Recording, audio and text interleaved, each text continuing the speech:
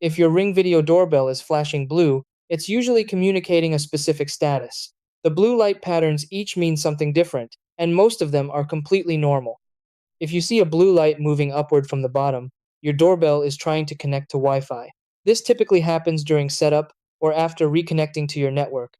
If the light flashes blue 4 times, that usually means setup was successful and the device is ready to use. A solid blue light indicates the speaker is active often when you're using two-way talk.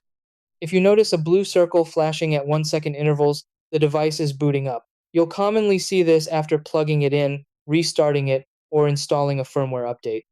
For newly installed models like the Ring Video Doorbell Pro, a flashing blue light can also mean the battery is charging. Just allow it time to complete.